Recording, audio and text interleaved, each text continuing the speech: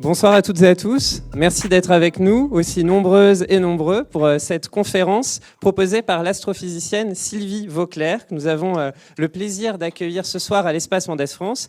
Sylvie Vauclair, qui est professeure émérite à l'Université Paul Sabatier de Toulouse, membre de l'Académie de l'air et de l'espace, et qui est par ailleurs particulièrement engagée dans la médiation scientifique. Je tiens à le souligner, en dehors du fait que vous faites de nombreuses conférences, que vous avez écrit des ouvrages, nous en reparlerons.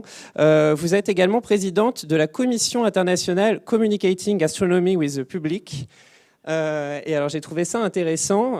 Communicating Astronomy with the Public organise notamment tous les 2 ans un congrès international, et alors vraiment très international, à grande échelle, qui réunit des centaines de professionnels de la communication scientifique, des astronomes, amateurs, professionnels, pour travailler sur la façon de parler de l'espace. Alors, nous avions reçu le 23 janvier l'astrobiologiste Nathalie Cabrol. Peut-être que certains d'entre vous étaient présents ce soir-là. Nathalie Cabrol qui nous avait entraînés, on peut le dire, dans un voyage interplanétaire dans et en dehors de notre système solaire, à la recherche de milieux propices à la vie et en questionnant avant tout ce que sont les conditions d'habitabilité. Et très vite, on l'avait remarqué, eh bien, cette exploration, elle nous a amené à porter un regard réflexif, on peut dire, sur notre condition de terrien et sur la responsabilité que nous avons toutes et tous vis-à-vis de notre planète. Eh bien, ce soir, d'une certaine façon, nous allons poursuivre cette odyssée, nous allons continuer nos réflexions sur ce sujet, alors à travers quand même une autre thématique, mais assez proche d'une certaine façon.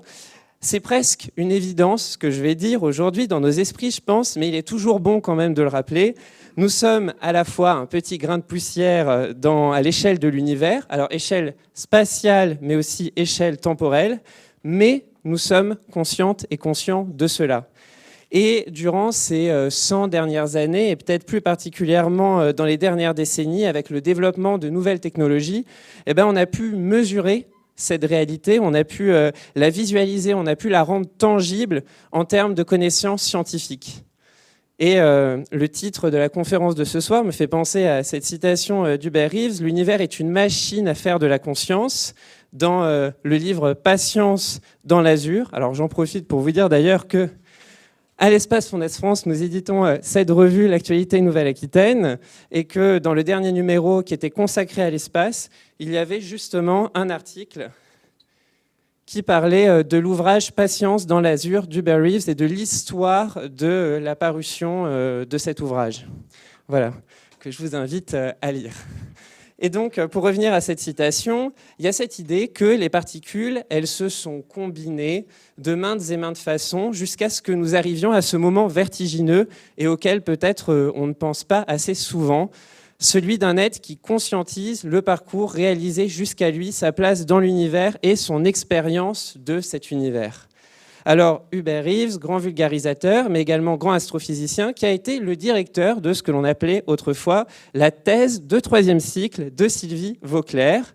Puis c'est ensuite avec Avery Schatzman, j'espère que j'écorche pas son nom, vous avez fait votre thèse d'état, et comme lui, vous vous êtes intéressé aux étoiles, d'abord à Paris, puis à Toulouse, comme je disais. Alors, plus que les étoiles, ce sont les étoiles au centre de systèmes planétaires que vous avez particulièrement étudiées. Et puis, les renseignements de l'étude des étoiles, ce que ça peut nous apporter sur les planètes qui les entourent, sachant que vous vous êtes également penché sur les éléments chimiques de l'univers, sur le fameux Big Bang, tout un tas de travaux. Alors, je ne vais pas justement dérouler tout votre parcours. J'aimerais simplement souligner votre intérêt et votre pratique de la musique qui vous ont amené à travailler avec le compositeur Claude Samuel Lévin et à faire de la vibration des étoiles que vous avez participé à découvrir une musique des sphères qui a donné lieu à la fois à une pièce de musique presque symphonique, mais aussi à des ouvrages pour parler de cette musique des sphères. Et c'est une approche art-science qui nous parle à l'Espace Mendès France, notamment à travers le pôle du lieu multiple. Et actuellement, justement, on a une résidence artistique qui fera l'objet d'une sortie de résidence demain soir à 18h30. C'est un spectacle audiovisuel immersif qui s'appelle Tai Yang et al. J'espère que je l'ai bien prononcé. Et c'est marqué là, oui, mais il faut réussir à le prononcer, Taeyang et al. Et non. Voilà, et qui est donc proposé par Olivia Semama, Romain Hall et Alexis Bernot. Je vous donnerai la parole à la fin de la conférence pour que vous nous en parliez un petit peu plus.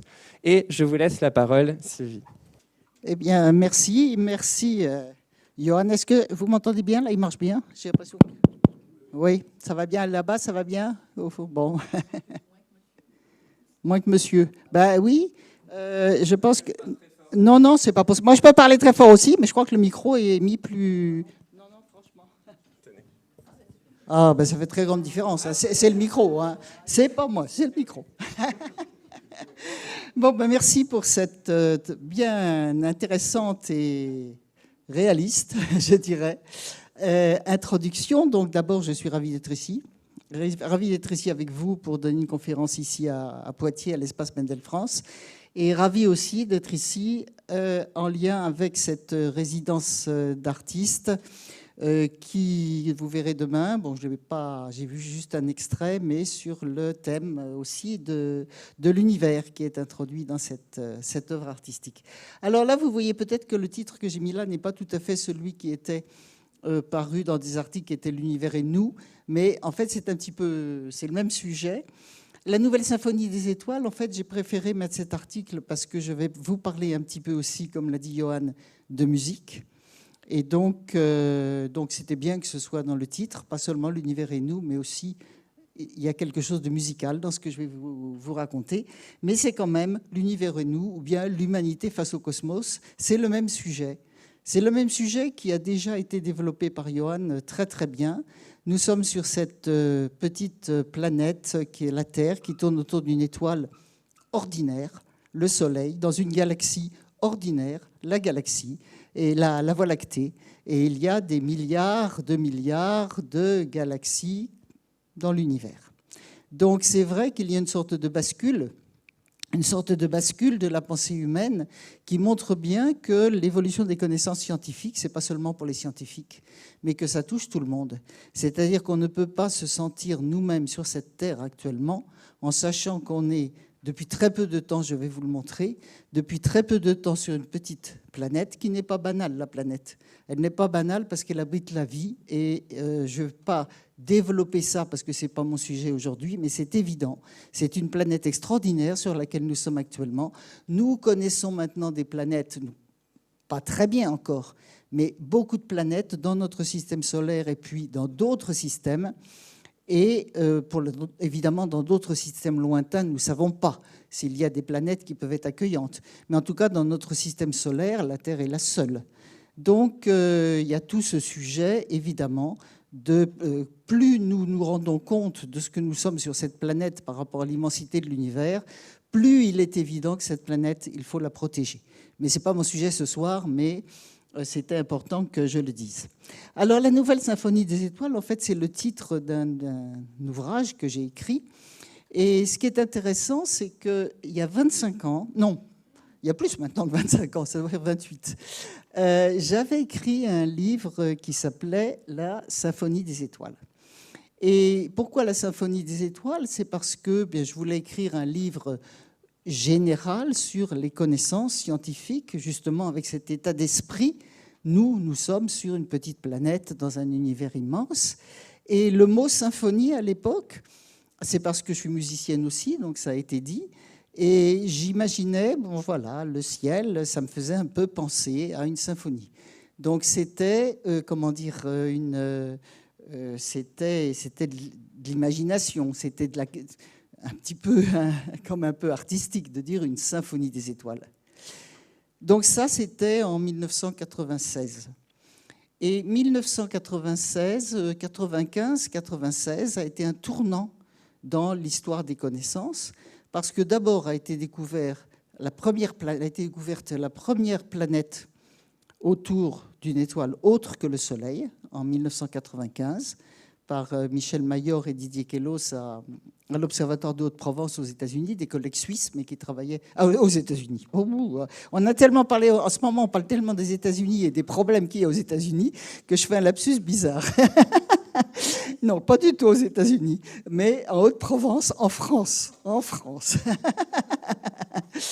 Donc, où j'en étais. Donc, la première exoplanète a été découverte en 1995. Maintenant, on sait que dans le ciel, il y a à peu près autant de planètes que d'étoiles. Hein, ça, c'est vraiment... Les planètes autour des étoiles, c'est quelque chose de très, très, très courant, de normal. Voilà, donc ça a été quand même une évolution importante. Et puis, en même temps, à la même époque, on a découvert que des étoiles, beaucoup d'étoiles, comme le Soleil, mais beaucoup d'autres étoiles aussi, qui ressemblent au Soleil, sont le siège de vibrations sonores. Et en fait, ça s'est fait en même temps. Je vous raconterai parce que ça s'est fait avec les mêmes instruments. Donc, en fait, les étoiles, le Soleil lui-même, et beaucoup d'étoiles qui ressemblent au Soleil résonnent comme des caisses de résonance d'instruments de musique. Du son qu'on ne peut pas entendre, parce que le son ne peut pas se propager dans l'espace, parce que l'espace, même s'il y a de la matière, des nébuleuses et tout ça, l'espace est plus vide que le vide le plus poussé que vous pouvez avoir sur la Terre. Et si on est dans le vide, le son ne se propage pas. Le son a besoin de matière pour se propager. Là, vous m'entendez parce qu'il y a de l'air dans la pièce entre vous et moi. S'il y avait le vide, je pourrais parler pareil avec le micro bien réglé. Vous n'entendriez rien du tout. Donc, en fait, ce son des étoiles, on ne peut pas l'entendre. Et donc, c'est un son que l'on détecte par les vibrations de lumière. Les étoiles ont ces étoiles, pas toutes, mais ces étoiles-là particulièrement, ont dans leur région extérieure, donc la lumière qu'on reçoit, présente des vibrations. Et donc, on le voit par variation de lumière. Et ces vibrations, donc il a fallu du temps, mais les astronomes, les astrophysiciens ont montré que c'était à cause d'ondes sonores qui se propagent à l'intérieur de l'étoile et qui font vibrer les parties extérieures. Donc ce son, on ne l'entend pas parce que dans l'espace, le son ne se propage pas. Il se propage à l'intérieur de l'étoile. À l'intérieur de l'étoile, c'est dense, c'est du gaz, mais pas à l'extérieur. Et puis, de toute façon, les étoiles sont très, très grandes. Donc, vous savez, les instruments de musique, plus ils sont grands, plus ils jouent grave. Donc, vous pouvez imaginer à quel point c'est grave. Donc, ça, c'est quelque chose qui a été découvert au moment où j'écrivais la première version de ce livre.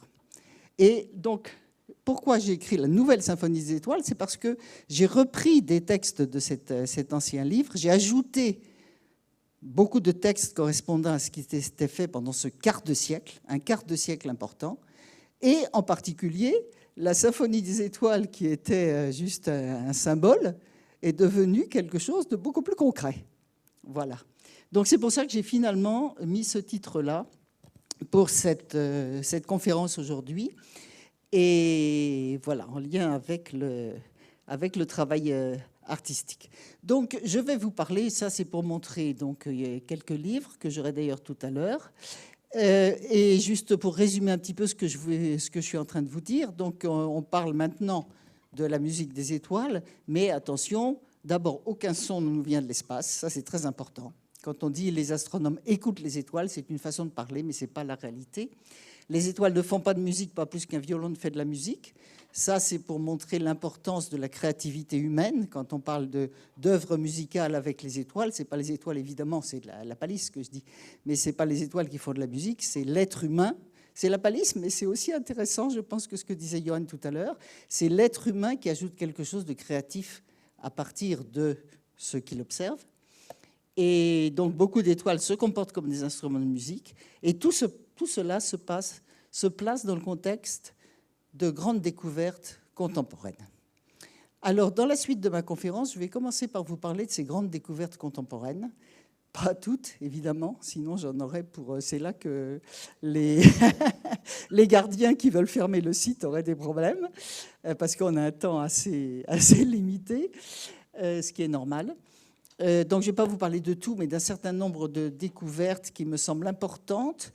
Non pas découvertes en tant que telles, mais découvertes qui montrent l'évolution de la pensée humaine en fonction justement de ce qu'on apprend d'un niveau scientifique. Donc, je vais commencer par vous parler de ça. Et ensuite, en deuxième partie de fin de conférence, je vous parlerai plus précisément de cette résonance interne des étoiles. Et je vous ferai écouter à la fin un petit extrait d'une œuvre musicale qui a été composé par un ami compositeur. Enfin, on a travaillé ensemble pour composer cette œuvre musicale. Alors, pour vous parler des découvertes et de l'importance des découvertes par rapport à la pensée humaine, je repars très très loin en arrière, beaucoup plus que 100 ans. Je repars chez les anciens Grecs. Et vous allez voir que chez les anciens Grecs, il y a aussi quelque chose de parallèle avec la musique. Donc, je vais vous parler un petit peu de tout ça. Donc, et en ajoutant aussi quelques petites réflexions qui ne sont peut-être pas ce que vous avez appris à l'école. Donc moi, j'aime bien de temps en temps ajouter quelques informations importantes qui ne sont pas pour moi des détails. C'est important. Donc là, ce que je vous montre, c'est une image du monde tel qu'on pouvait imaginer chez les anciens Grecs. C'est en fait un dessin qui vient de 1500-1539. En fait, ce système du monde a perduré, en tout cas en Europe, pendant toute la période du Moyen-Âge. Et là, c'est extrait d'un ouvrage de ce monsieur-là, Cosmographia, 1539, mais qui est supposé représenter le monde tel que l'imaginaient les anciens Grecs. Donc, vous avez la Terre au centre, et là, vous avez les 4 éléments des Grecs d'Aristote, qui sont la terre, l'air, l'eau et le feu. Et vous avez, sept planètes. Planètes, comme on pouvait appeler planètes à l'époque. Donc, les planètes, ce sont les astres errants, en grec. Les planètes, ce sont les astres qui bougent par rapport aux étoiles. Donc, vous aviez les 5 planètes qu'on peut observer à l'œil nu. Là, c'est en latin, hein, mais c'est pareil. Donc, vous avez les 5 planètes qu'on peut observer à l'œil nu, qui sont Mercure, Vénus, Mars, Jupiter, Saturne. La Lune et le Soleil faisaient partie des planètes pour ces gens-là, qui bougent par rapport aux étoiles. Et il faut savoir que ces anciens Grecs avaient déjà des techniques mathématiques, numériques, trigonométriques, très pointues. Et donc, ils avaient déjà des idées des distances, pas précisément, mais au moins quels objets célestes étaient proches de nous, quels objets célestes étaient lointains. Donc, à partir de la Terre, il y avait d'abord la Lune, et puis Mercure, Vénus, le Soleil, Mars, Jupiter, Saturne. Au-delà, il y avait le firmament, avec les étoiles qui étaient supposées dessinées sur une sphère. Au-delà du firmament, quelques cercles là, plus ou moins religieux, et puis l'habitacle des dieux. Voilà, ça c'était le monde de l'époque. Et donc j'aime bien toujours rappeler que nos jours de la semaine, que la semaine ça vient de là en fait. Hein. La semaine ça vient de là, des 7 planètes de l'Antiquité. Et les jours de la semaine tels qu'on a gardé en français, ça vient de là. Parce que vous partez de la Terre, vous arrivez au Soleil. Donc après la Terre, vous avez la Lune lundi. Ensuite, vous sautez là, Mars mardi, revenez Mercure le mercredi, Jupiter le jeudi, Vénus le vendredi, Saturne le samedi, et à la fin, le jour du Soleil le dimanche. Voilà. Donc ça, c'était l'harmonie des sphères. C'était l'harmonie du monde. Là, vous avez un certain nombre de philosophes de l'Antiquité, à commencer par Pythagore jusqu'à Lucrèce, donc des Grecs et des Latins. Et ce que je voudrais dire que vous n'avez pas appris à l'école, c'est que tous ces philosophes-là savaient, parce qu'ils ne pouvaient pas ne pas savoir, que ce monde-là n'était pas possible. Voilà. Ce monde-là n'est pas possible. Alors, je donne toujours 2 exemples. La planète Mars. Quand vous regardez la planète Mars dans le ciel, au cours du temps, au cours des mois, hein, pendant l'année, la planète Mars se déplace dans un sens, de temps en temps recule pour repartir. Donc, impossible que la planète Mars tourne autour de la Terre d'un mouvement circulaire uniforme, parfait, etc. Ils le savaient, parce qu'il n'y a pas besoin d'instruments pour voir ça. Et puis, ils étaient très pointus. Hein, ils mesuraient des distances, tout ça. Donc, ils le savaient. Autre chose qui est évident, c'est que Vénus et Mercure, vous les voyez le soir, juste après le coucher du soleil, ou bien le matin, juste avant le lever du soleil. Vous ne les voyez pas au milieu de la nuit. Alors, pourquoi vous ne les voyez pas au milieu de la nuit, alors que Jupiter, Saturne, vous voyez au milieu de la nuit? Donc, ils le savaient. Voilà. Et ça, c'est très intéressant parce que ce sont des discussions du fonctionnement qui se passent tout le temps encore maintenant. C'est-à-dire qu'on a une belle idée. Et là, la belle idée, c'était l'harmonie des sphères. Et c'était l'harmonie pour l'esprit humain, hein, surtout chez Platon, l'esprit humain au-dessus de tout. Donc on voulait l'harmonie des sphères, une belle idée, et la nature vous dit, bah, attention, il y a un problème. Voilà. Donc comment on s'en sort à ce moment-là?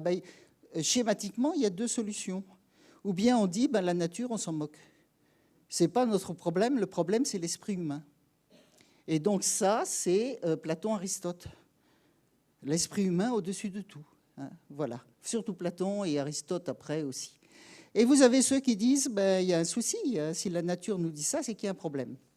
Alors vous avez, je ne vais pas rentrer là parce que j'y passerai ma vie, ce n'est pas ma conférence, mais vous avez des tas de gens qui ont essayé de s'en sortir à partir de là, des épicycles, des choses, enfin je ne rentre pas là-dedans.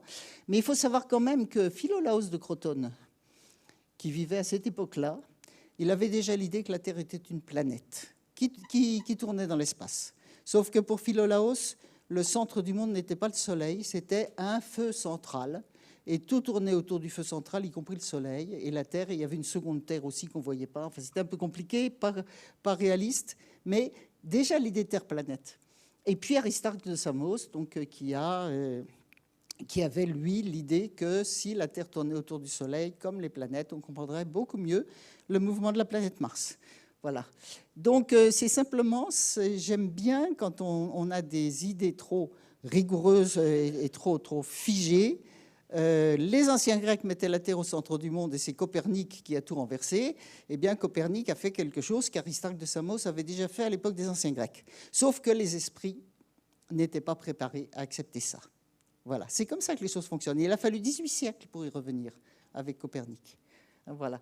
Donc c'est intéressant quand on pense à l'évolution des connaissances avec la pensée humaine, c'est intéressant de revoir ça. Juste très rapidement, j'avais mis quelques extraits. Épicure, ce n'est pas seulement le nombre des atomes, c'est celui des mondes qui est infini dans l'univers. Donc il y avait aussi cette histoire de pluralité des mondes, cette histoire que le système dans lequel on vivait avec les planètes, on n'appelait pas ça système solaire à l'époque, n'était pas unique.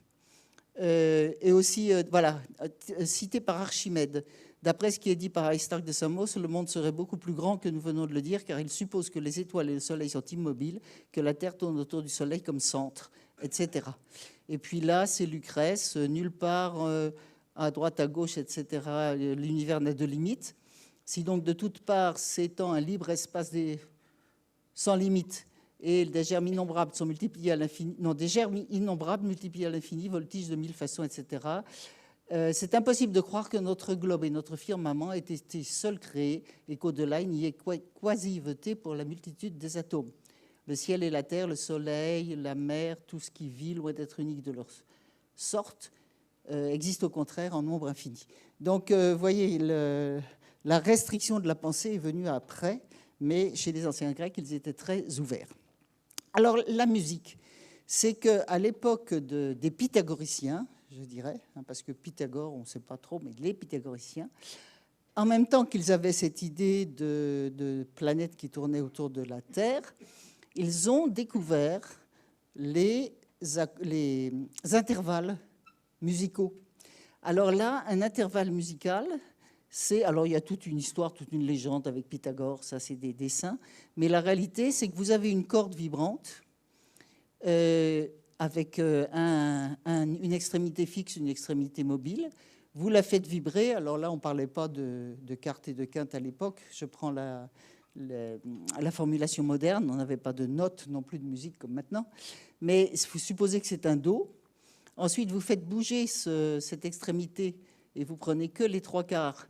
Vous avez un Fa, c'est la quarte. Et vous prenez les deux tiers, vous avez un Sol, c'est la quinte. Et donc, à partir de ça, et des quintes en particulier, enfin des quartes et des quintes, les pythagoriciens ont construit la gamme qui n'est plus tout à fait, qui est un petit peu modifiée actuellement, justement, je vais vous en dire un mot, mais c'est quand même la gamme avec cette note de musique qui est encore globalement la note actuellement, la gamme de Pythagore.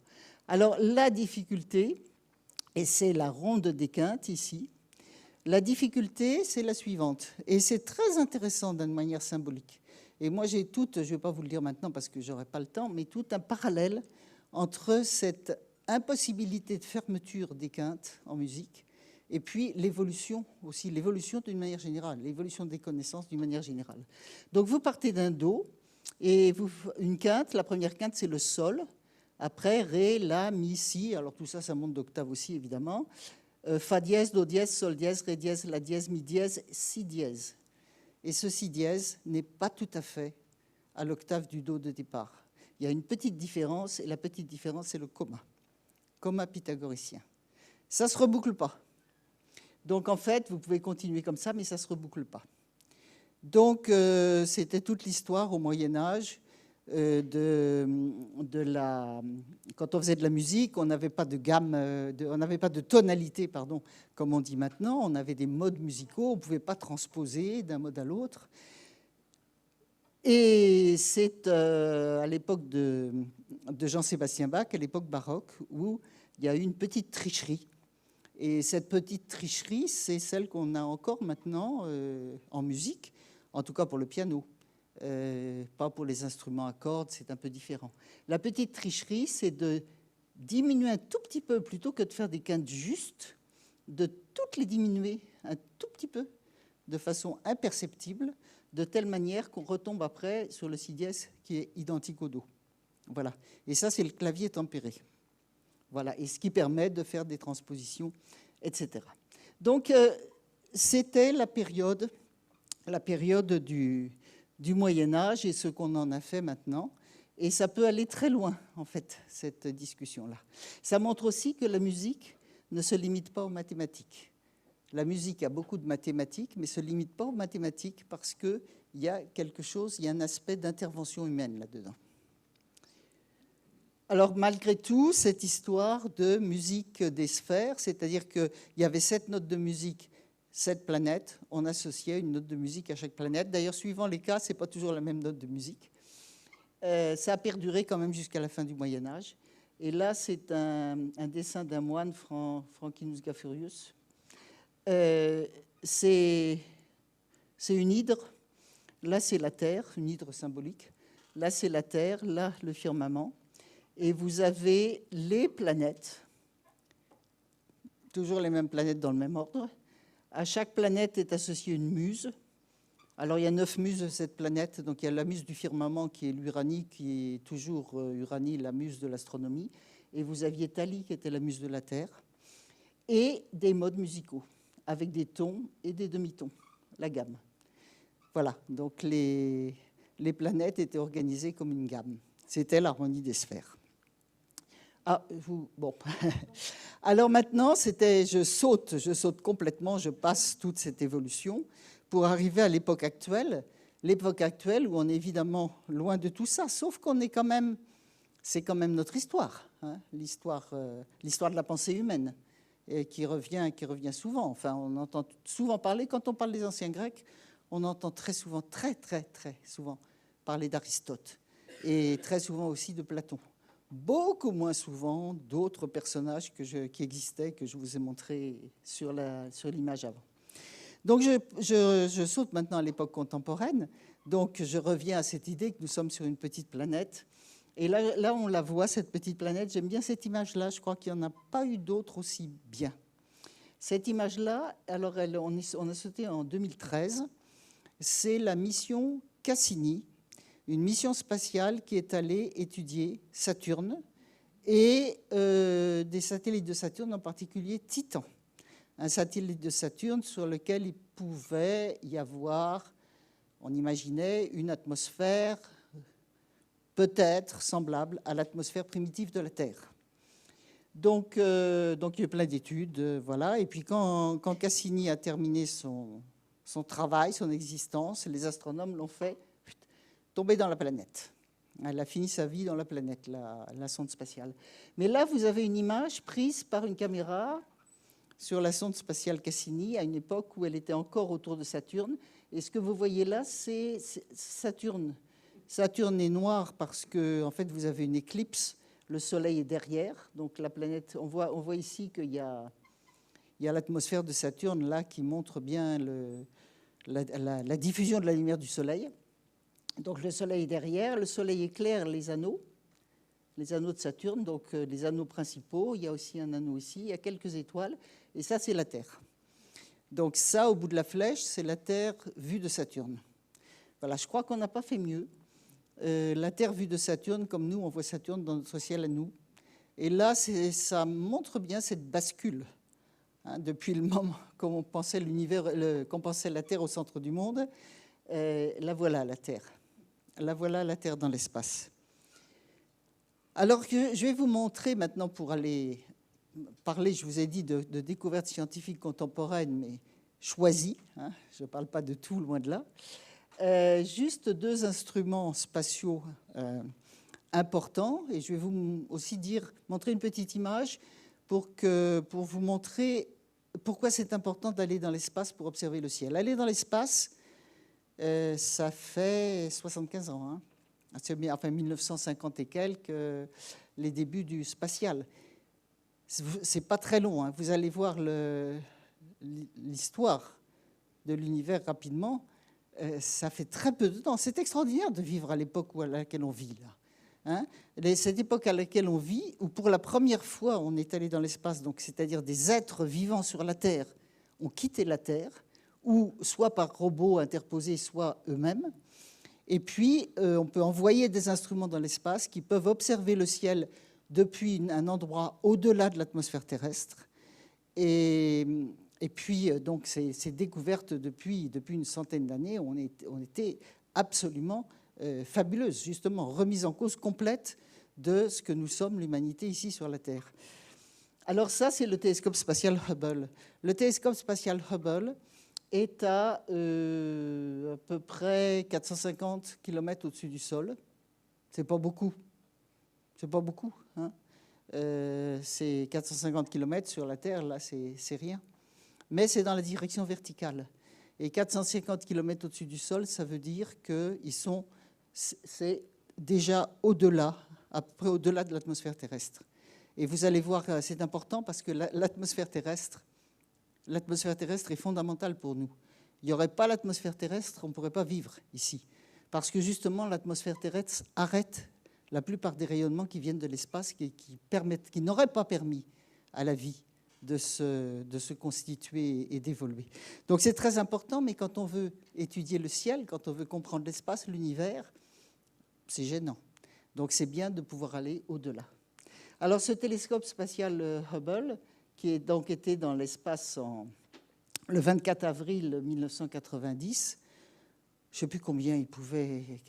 Il avait quelques années. Hein. En général, quand on envoie un instrument dans l'espace, on dit qu'il y en a pour quelques années de vie. Hein.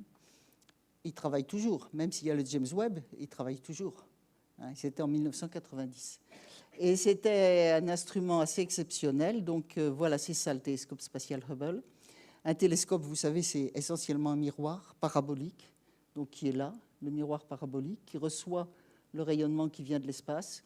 Et comme il est parabolique, le miroir, il renvoie tous les rayonnements en un point qu'on appelle le foyer. Et à partir de là, on peut faire toutes les observations qu'on a envie de faire. Et donc, ce qu'il avait de particulier, je parle à l'imparfait, même s'il est toujours dans l'espace, c'est parce que ces missions-là ne se font plus. Ce qu'il avait de particulier, le télescope Hubble, c'est d'avoir une maintenance technique sur place et d'être réparé sur place. Ça s'est jamais fait ailleurs et je crois que c'est pas de sitôt que ça va se refaire. Sur place. Ça veut dire que vous aviez des astronautes qui partaient dans l'espace et qui allaient réparer sur place dans l'espace le télescope. Donc ça, c'est une mission de réparation. Ici, vous avez une navette spatiale américaine. Vous avez un bras ici qui a accroché le télescope et qui l'a amarré à la navette. Et ici, vous avez un astronaute en train de travailler. Hein, c'est quand même, j'aime bien montrer cette image-là parce que ça montre quand même, comment dire, le courage. Je ne sais pas si c'est une question de courage, mais c'est possibilités humaines. Hein, c'est un homme qui est là. Hein, c'est un homme qui est là dans l'espace et qui est en train de travailler dans l'espace pour réparer le télescope qui a quel but? D'aider les humains à mieux comprendre ce qui se passe dans l'univers. Voilà, je trouve ça assez fabuleux. Et voilà, c'est une autre image du même, où là, vous voyez l'astronaute en train de en route pour aller jusqu'au télescope. Et vous voyez la Terre ici aussi. Vous voyez que la Terre, enfin, il n'est pas très loin au-dessus du sol. Vous voyez l'endroit où vous avez le jour, la nuit, sur la Terre. Et vous voyez un tout petit peu de bleu. Voilà, ça, c'est l'atmosphère terrestre qui est tellement fine, quelques centaines de kilomètres, alors que la Terre a un peu moins de 7000 kilomètres. Donc, très, très, très, très fine l'atmosphère et tellement importante pour nous. Maintenant, le télescope James Webb. Alors, je vous en dis un mot du télescope James Webb parce qu'on en parle énormément. Donc, on dit beaucoup de choses à ce sujet. Donc, je vous en dis assez rapidement les choses importantes. Ici, vous avez une comparaison entre le télescope James Webb et le télescope Hubble que je viens de vous montrer. Donc, vous voyez qu'il est plus grand. Ça, c'est le miroir du télescope James Webb. Plus de 6 mètres de diamètre. Le Hubble, là, c'était un peu plus de 2 mètres de diamètre. Très rapidement, pourquoi est-ce qu'il a cette forme-là? Ce miroir, d'abord, c'est une mosaïque d'hexagones. Parce que ça, c'est des questions d'envoyer quelque chose dans l'espace, ça se déplie, enfin, c'est pas évident, on ne peut pas envoyer un seul miroir de 6 mètres de diamètre comme ça dans l'espace. C'est du cristal de beryllium, c'est plus solide, ça résiste à l'espace, et c'est recouvert d'une fine couche d'or. Et pourquoi c'est recouvert d'une fine couche d'or? C'est parce que ce télescope observe le ciel non pas dans le rayonnement visible à l'œil, mais dans le rayonnement infrarouge. Et l'or est un réfléchisseur de l'infrarouge, bien meilleur que beaucoup d'autres métaux ou verres. Ça, c'est le foyer du télescope. Vous voyez, je dis ça rapidement, qu'il n'a pas de tube. Les télescopes, en général, il y a un tube. Le tube, c'est pour protéger des rayonnements extérieurs, de la pollution lumineuse à l'extérieur. Et là, le James Webb, là où il est, il n'en a pas besoin. Il est dans l'espace. Il n'y a pas d'autre pollution lumineuse que celle du Soleil. Et donc, il y a cet écran-là pour le protéger du Soleil. Alors, un petit schéma. Ne vous faites pas peur pour ce petit schéma qui n'est pas du tout à l'échelle, mais c'est pour vous montrer qu'il y a le Soleil, il y a la Terre qui tourne autour du Soleil, et que le télescope James Webb, il se trouve en un point ici, qu'on appelle le point de Lagrange 2. L2. Il y a d'autres instruments qui sont là. Mais c'est fait de telle façon qu'avec l'attraction gravitationnelle du Soleil et de la Terre, les deux ensemble, eh bien, quand la Terre tourne autour du Soleil, le point il tourne aussi de telle façon que partout où il y a toujours la Terre entre lui et le Soleil. C'est un point particulier dans l'espace. Et c'est très intéressant pour les instruments, et c'est pour ça qu'il y a juste cet écran-là. Le télescope est toujours là, il y a toujours le Soleil là. Voilà. Donc, ah oui, une petite chose, ça, je dis toujours ça pour le James Webb, c'est quand même remarqué maintenant avec ce qui se passe aux États-Unis, ça a moins d'importance, mais c'est que ce James Webb, qui est un instrument qui a été, ça a mis, je ne sais pas, plusieurs dizaines d'années, 30 ans, 40 ans, pour être conçu. Quelque chose de précieux, envoyé dans l'espace à un point particulier. J'ai oublié de vous dire, ça fait 1,5 million de kilomètres de nous, alors que le Hubble, c'était 450 kilomètres. L'autre, c'est 1,5 million de kilomètres. C'est vraiment très, très, très, très loin de nous. Eh bien, ça a été envoyé par une fusée Ariane en Guyane, sur la base française, enfin française-européenne, de lancement de Kourou. Voilà. C'est un lancement qui a été fait avec la fusée Ariane, donc, dont le maître d'œuvre, c'est européen, mais c'est au départ français au CNES. Voilà, je trouve que c'est important, un lancement qui a été impeccable, absolument impeccable d'un bout à l'autre. Et c'était une confiance au départ de faire lancer ça par des Français, et ça a très très bien marché. Alors, une petite image, là je fais un tout petit peu de pédagogie, mais ce que vous voyez là, c'est une image, c'est un dessin. J'ai préféré vous montrer un dessin qu'un schéma scientifique précis. Ce que vous voyez là, c'est tous les rayonnements qui existent. Donc le rayonnement visible, c'est le rayonnement visible à nos yeux, du rouge au violet. c'est comme l'arc-en-ciel. Et au-delà du violet, vous avez les ultraviolets, les rayons X, les rayons gamma. Donc, vous connaissez les rayons X, on a ça pour les radios médicales. Vous connaissez les rayons gamma, on a ça pour réduire des tumeurs de cancer. C'est des rayons très nocifs. S'ils arrivaient jusqu'au sol, on aurait des problèmes. Enfin, on ne serait pas là, de toute façon. Et de l'autre côté du visible, vous avez l'infrarouge. Et au-delà de l'infrarouge, les micro-ondes. Voilà. Ça, c'est tous les rayonnements qui existent. Ça, ce sont les longueurs d'onde correspondantes, mais ce n'est pas la peine d'y attacher de l'importance, ce n'est pas grave. Ici, c'est le nombre de kilomètres, ça c'est supposé être le sol. Et ici, c'est le nombre de kilomètres au-dessus du sol où il faut aller pour pouvoir observer le ciel dans ces rayonnements-là. Donc, voyez par exemple ici, en ultraviolet, ce qui est caché ici, en noir, là, ça veut dire que les rayons ne pénètrent pas jusque-là. Les rayons qui viennent de l'espace arrêtent leur pénétration ici. Donc, si vous voulez observer le ciel en ultraviolet, il faut aller au-delà de 150 km. Dans les rayons X et gamma, on peut aller plus bas. L'infrarouge, ici, ça c'est l'infrarouge. L'infrarouge n'arrive pas jusqu'au sol, sauf des toutes petites zones. Et donc, il y a plusieurs choses à dire là-dessus, rapidement. La première chose, très importante, le rayonnement visible à l'œil. Quand on parle de l'univers et nous, ou bien de l'humanité face au cosmos, comment est-ce qu'on voit tout ça, nos observations?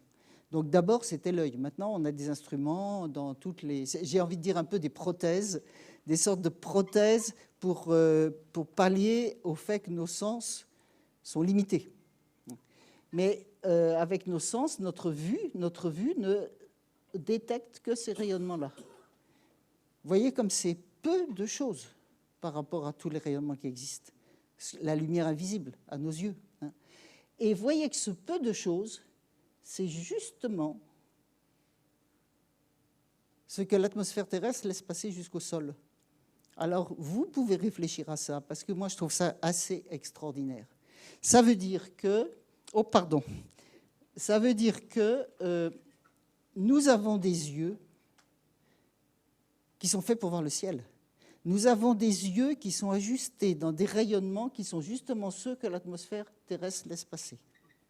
À moins que vous imaginiez que l'atmosphère terrestre s'est ajustée pour laisser passer les rayonnements que nos yeux sont capables de voir. À vous de voir, hein. C'est comme vous voulez. Bon. Et alors, en plus de ça, en plein milieu du rayonnement visible, c'est le maximum d'énergie solaire. Donc, en fait, vous avez le soleil, le rayonnement solaire qui peut arriver jusqu'au sol, nos yeux qui sont sensibles au rayonnement solaire et qui peuvent aussi voir les étoiles la nuit. Si on n'avait pas des yeux comme ça, si on avait des yeux pour voir dans l'infrarouge, par exemple, on ne verrait pas les étoiles la nuit. C'est assez extraordinaire quand même, ça, non? Et alors, juste très rapidement, pour aller jusqu'au bout de ça, vous avez le rayonnement solaire qui arrive jusqu'au sol, il chauffe la Terre. Et la Terre redégage du rayonnement infrarouge. Le rayonnement infrarouge, il ne ressort pas. Bon, je schématise beaucoup là, hein. Mais le rayonnement infrarouge, il ne ressort pas, c'est l'effet de serre. C'est l'effet de serre. Et donc, si on change la composition chimique de l'atmosphère terrestre, on change cette courbe-là. Hein, on absorbe plus ou moins certains rayonnements, suivant les molécules qu'on a dans l'atmosphère, on absorbe plus ou moins les rayonnements, voilà. Et c'est ce qu'on est en train de faire en ce moment. C'est-à-dire qu'il y a un ajustement assez génial, hein, assez extraordinaire, un ajustement de tout ça, de l'atmosphère terrestre, de nos yeux, de tout ça, du soleil, de l'énergie solaire, de la température que nous avons en moyenne, parce que si on n'avait pas l'effet de serre, il ferait très très froid sur la Terre. Donc on a quelque chose de bien ajusté, et évidemment qui varie au cours du temps. Hein. Dans le passé de la Terre, ça n'a pas toujours été comme ça.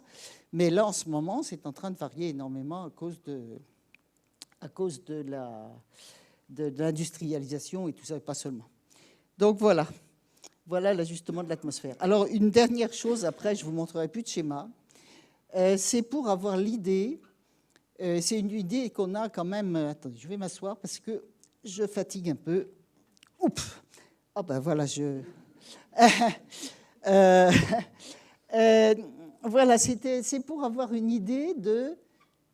Eh bien, depuis combien de temps on est là, les hommes sur la Terre? Parce qu'on ne se rend pas compte en général. On parle de milliards d'années. Hein, on dit qu'on est là depuis quelques millions d'années, les débuts de l'humanité, et puis la Terre a 5 milliards d'années. Bon, on ne comprend pas très, très bien. Alors ça, c'est un dessin, j'aime bien le montrer parce que c'est une femme qui a assisté à une de mes conférences une fois et qui donne des cours à des enfants malades dans des hôpitaux. J'aime bien le dire parce que voilà, elle a trouvé que c'était intéressant de présenter ça aux enfants malades dans les hôpitaux, à leur faire un cours là-dessus. C'est elle qui le fait. Hein. Et elle représente ça avec 3 jeunes filles. Alors on va d'abord regarder cette jeune fille-là. Donc cette jeune fille, elle étend les bras. Au bout ici, c'est l'origine de la Terre. C'est supposé être représenté la naissance de la Terre. Et au bout ici, c'est supposé être l'époque actuelle.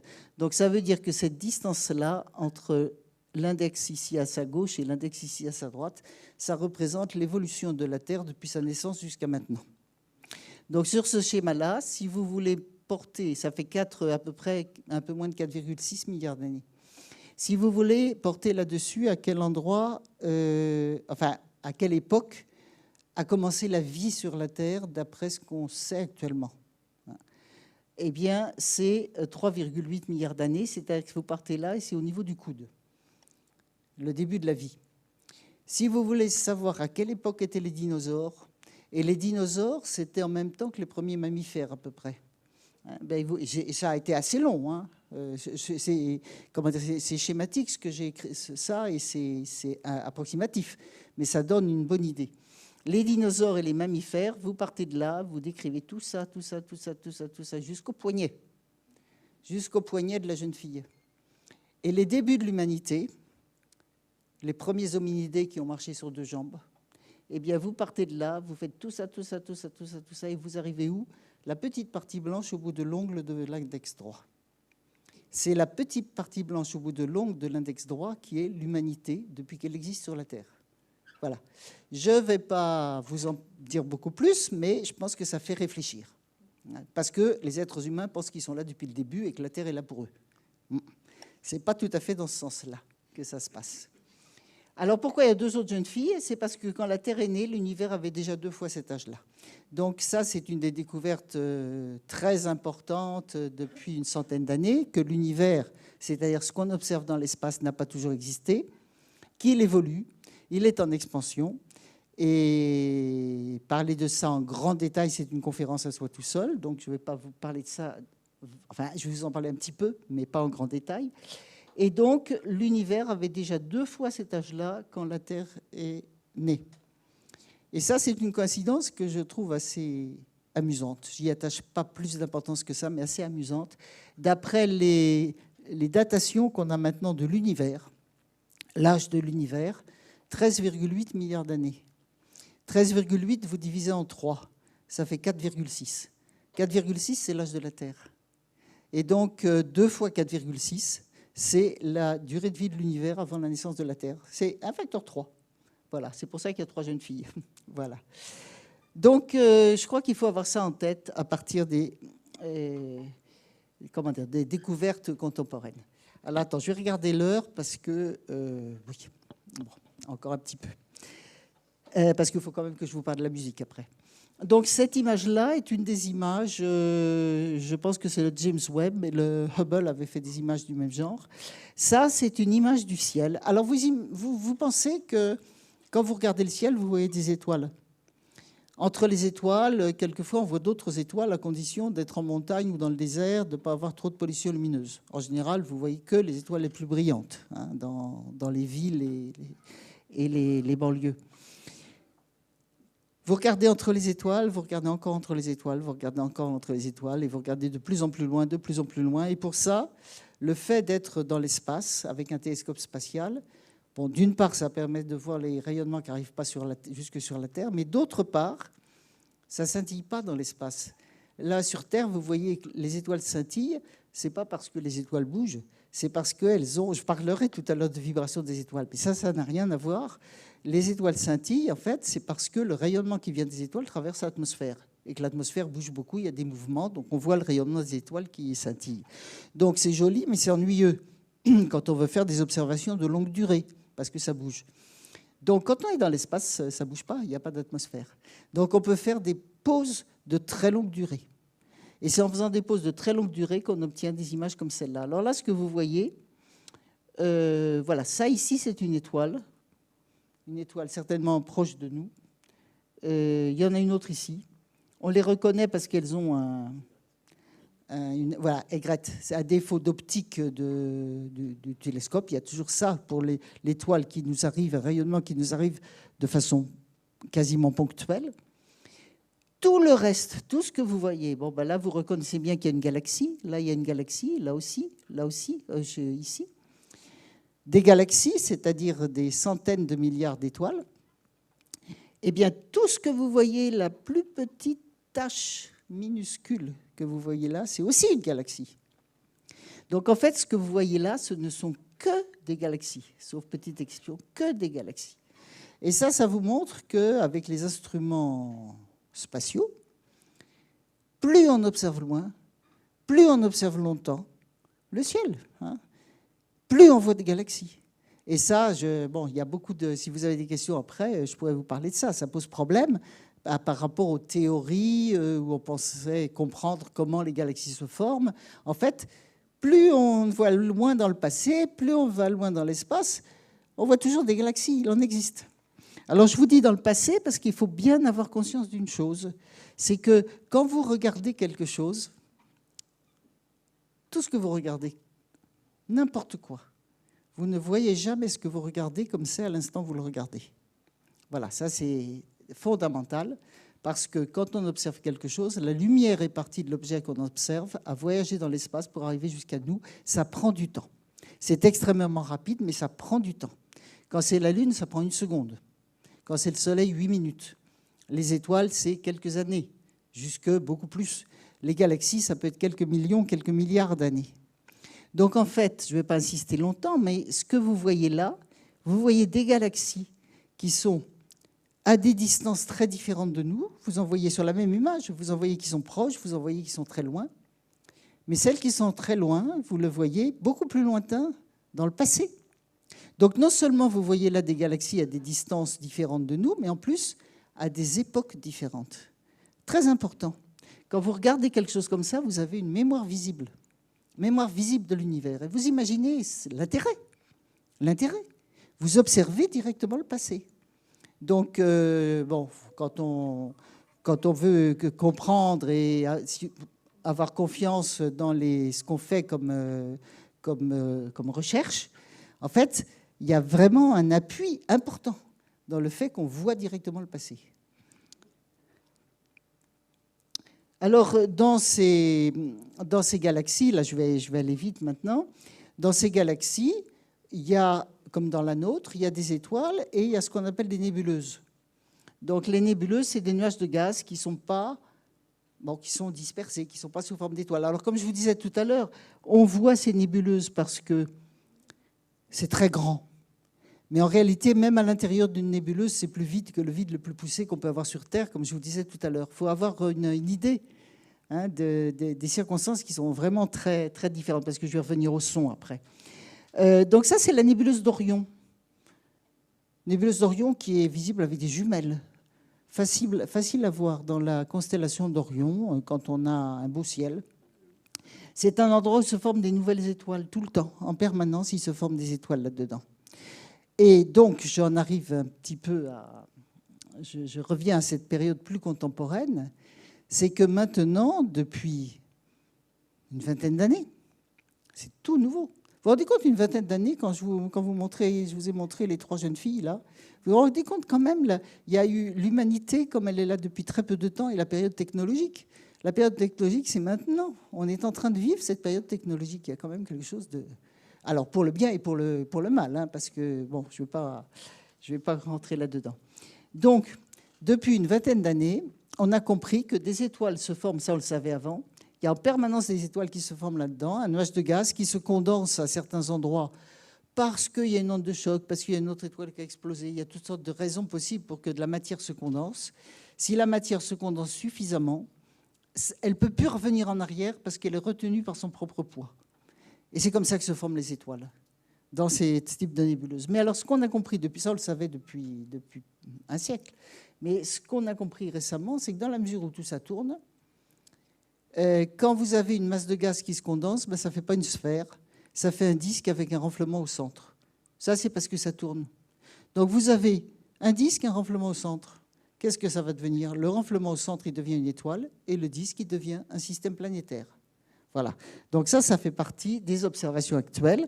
Voilà une image. Alors, c'est fait à l'interféromètre qu'on appelle, enfin, un ensemble d'instruments qu'on appelle ALMA au Chili à 5000 km d'altitude, qui est capable d'observer d'une manière précise des objets célestes de manière très pointue. Ce que vous voyez là, c'est un système planétaire en formation. Donc vous avez un disque, et ça c'est une vraie observation, hein. Ce n'est pas un dessin, c'est une vraie observation. Vous avez un disque, vous avez l'étoile qui va se former au centre. C'est de la radioastronomie, donc ce qu'on voit là, c'est l'émission des poussières qui sont dans le disque. Mais bon, c'est un détail. Vous avez l'étoile en train de se former, et là, vous voyez des anneaux là. Voilà. Donc il y a des choses qui se structurent, et ça se structure parce qu'il y a des planètes en train de se former. C'est quand même très, très, là aussi, extraordinaire hein, de découvrir ça maintenant. Alors donc, on sait maintenant comment... on sait, avec beaucoup d'incertitudes, beaucoup de problèmes, beaucoup de questions à résoudre, évidemment. Mais globalement, comment se forment les systèmes planétaires? On a compris que les systèmes planétaires, c'est quelque chose de normal. Ce n'est pas extraordinaire. Hein. Donc, et donc, en particulier, le système solaire. On a l'idée comment le système solaire s'est formé. Alors, avant de passer à la musique, évidemment, on a envie de savoir combien de temps ça va encore durer, le système solaire, avant de... Il y a un problème de temps? C'est bon? Non, parce que comme... Ah oui, il y a la pendule, là, ça. Donc, qu'est-ce qui va se passer? Donc, je dis ça encore une fois assez rapidement, mais ça, je pense que ça intéresse tout le monde. Que va-t-il se passer quand le Soleil va terminer son existence? Donc ça, ce genre de choses, on le sait parce qu'on observe. Évidemment, on peut pas, l'évolution des étoiles, c'est trop lent, on ne peut pas voir l'évolution des étoiles, sauf quand une étoile explose. Ça c'est très rapide. Mais sinon, on ne peut pas voir l'évolution des étoiles, mais on peut voir plein d'étoiles différentes à des états d'évolution différents. Donc c'est comme ça qu'on comprend les choses. Eh bien, voilà des exemples de ce que deviendra le système solaire dans 5 milliards d'années. Vous avez une série de nébuleuses, on appelle ça des nébuleuses planétaires, bon, ça s'appelle comme ça. Donc tout ce qui est dans ces nébuleuses, tout le gaz qui est là, vous voyez, elles ont des formes différentes, mais elles ont des formes différentes parce que en s'étendant, elles rencontrent de la matière, du champ magnétique, en fait toutes sortes de choses. Donc elles ont des formes différentes, mais toutes étaient l'étoile. C'est l'étoile qui a fait qui s'est dilatée et sa matière s'en va, retourne à la galaxie. Et dans toutes les étoiles, vous remarquez qu'il y a une petite étoile au centre. Partout, il y a une petite étoile au centre. Et la petite étoile au centre, c'est le cœur de l'ancienne étoile. Oui? Comment ça se fait que le Soleil arrive à gonfler alors que... Attendez, excusez-moi, je passe le micro pour tout le monde. Merci. Comment ça se fait que le Soleil va gonfler alors qu'il est soumis... Non, mais je vous entends. Comment c'est... Comme ça? Ah! Oui, bon. Comment ça se fait que le Soleil gonfle alors qu'il a une gravité et que toute la matière, normalement, est toujours attirée vers le centre? Bon, là, je vous remercie pour votre question, mais il faudrait que je fasse un cours de physique des étoiles et j'ai pas trop le temps maintenant. Mais je peux vous dire deux choses quand même. Écoutez, je peux répondre à la question après, mais je vais quand même vous dire deux choses. Premièrement, le Soleil ne gonfle pas en ce moment. Oui, d'accord. C'est ce qui va se passer dans 5 milliards d'années. Et qu'est-ce qui va se passer? Et alors là, c'est vraiment... Bon, d'abord, la matière est attirée vers le centre, mais la pression intérieure l'empêche de tomber. Ça, il faut bien savoir qu'il y a un équilibre. Le Soleil est totalement en équilibre en ce moment, sauf ces régions extérieures, le champ magnétique, etc. Mais l'étoile Soleil est en presque parfait équilibre, parce qu'il y a un équilibre entre le poids de la matière qui tend à faire tomber la matière vers le centre et la pression interne qui tend à la faire repousser vers l'extérieur. Et alors, dans le cours de l'évolution, quand il y aura... Alors, ça marche parce qu'il y a en même temps... Le problème, c'est qu'il y a une déperdition d'énergie parce que l'étoile rayonne, et cette déperdition d'énergie est compensée, enfin je peux dire ça comme ça, par des réactions nucléaires qui se trouvent au centre. C'est-à-dire en ce moment, au centre du Soleil, vous avez de la fusion nucléaire d'hydrogène en hélium. C'est ça qui fournit l'énergie qui est rayonnée. Et tout ça est en équilibre, en très bon équilibre. La seule chose qui fait que ça change un peu, c'est que la composition chimique change au centre à cause des réactions nucléaires. Donc très lentement, ça évolue. C'est pour ça qu'il y en a pour 5 milliards d'années. Il y a encore du temps, avec ce quasi-équilibre. Dans 5 milliards d'années, il n'y aura plus d'hydrogène au centre. Je schématise un peu. Donc, plus d'énergie pour tenir, plus d'énergie au centre. Donc, qu'est-ce qui se passe quand il n'y a plus d'énergie au centre? On le sait très bien, ça. Ça, c'est vraiment un acquis du XXe siècle. On sait très bien, on connaît très bien comment se passe la structure et l'évolution des étoiles. Quand il n'y a plus d'énergie au centre, le cœur se contracte. Et comme le cœur se contracte, en même temps, alors ça, bon, il faut me croire, hein, parce que je ne peux pas prendre le temps de vous faire un cours. Mais quand le cœur se contracte, en même temps, ça fait comme un rebond, contraction-dilatation. Donc, en même temps que vous avez le cœur qui se contracte, les couches extérieures se dilatent, et c'est exactement ce que vous avez là. Le cœur qui se contracte devient une petite étoile très, très, très dense, et le reste de la matière, par rebond, s'en va. Voilà, donc je pense que c'est la réponse à votre question. Voilà, il faut savoir que quand vous avez une étoile, c'est ce qu'on appelle une sphère autogravitante. C'est-à-dire que vous avez une masse de gaz qui tient toute seule dans l'espace sous l'effet de sa propre gravité. Et il faut savoir qu'un tel système a des réactions naturelles hein, qui sont différentes de ce à quoi on a l'habitude quand on fait des expériences en laboratoire. Et pourquoi? C'est parce que c'est gigantesque. Et donc, il y a des effets qui se produisent dans les cas gigantesques comme ça que vous n'avez jamais quand vous faites une expérience. Donc, si on n'entre pas là-dedans, on a un peu de mal à comprendre. Mais c'est justement très intéressant. Parce que ce sont des phénomènes tout à fait naturels auxquels on n'est pas habitué, mais qui sont vraiment naturels. Donc, merci pour votre question. Donc, en fait, ça va repartir à la matière interstellaire. Donc, je parlais de réactions nucléaires après la question de monsieur. Les réactions nucléaires qui se produisent dans les étoiles, ça transforme la matière. Donc, l'hydrogène devient de l'hélium. Et après, pas dans toutes les étoiles, mais dans beaucoup d'étoiles, l'hélium devient du carbone, de l'azote, de l'oxygène. Et ça peut aller ensuite à des éléments très lourds, en particulier quand les étoiles explosent. Les étoiles qui explosent, le Soleil n'explosera pas, mais des étoiles plus grosses que le Soleil explosent, ce qu'on appelle des supernovas, explosent en quelques heures. Le Soleil, cette dilatation va prendre quelque chose comme 10 millions d'années, tandis qu'une étoile qui explose, c'est quelques heures. Quand vous avez une étoile qui explose, ça donne quelque chose comme ça. Ça, c'est de la matière qui reste d'une étoile qui a explosé. Alors, très rapidement, quand une étoile explose, ça fait encore des réactions nucléaires comme une bombe. Comme une bombe. Donc, ça transforme encore la matière. Je n'irai pas plus loin, mais je veux simplement dire que c'est pour ça que nous sommes là aujourd'hui, en ce moment. C'est que les éléments dont nous sommes faits, le carbone, l'azote, l'oxygène, le magnésium, le calcium, etc., ont été fabriqués dans des étoiles comme ça. Et ensuite, la matière a rejoint, s'est dispersée dans le reste de la matière de la galaxie.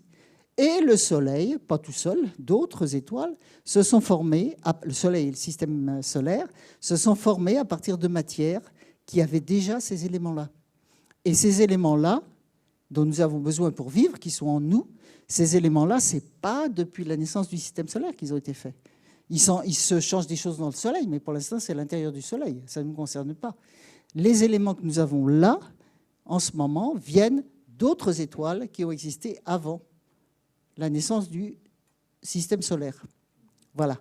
Donc, je crois que j'ai fait un petit bilan rapide. Ah oui, juste pour dire passage au vivant, mais ça, c'est un autre sujet, mais quand même, ça, c'est un schéma de l'ADN, comme vous comprenez, très schématique. Et simplement, les couleurs, là, des éléments, des boules qui représentent les éléments qui sont dans les molécules d'ADN. C'est écrit ici en anglais. Donc, hydrogène, oxygène, azote, carbone, phosphore, les éléments les plus abondants dans l'univers. Nous sommes faits des éléments les plus abondants dans l'univers. Voilà, donc je passe ça. Alors, j'arrive à la fin. Donc la fin, ça, à partir de tout ce que je vous ai raconté, maintenant vous avez le contexte. Hein. Alors maintenant, je reviens aux étoiles et je reviens à la musique des étoiles.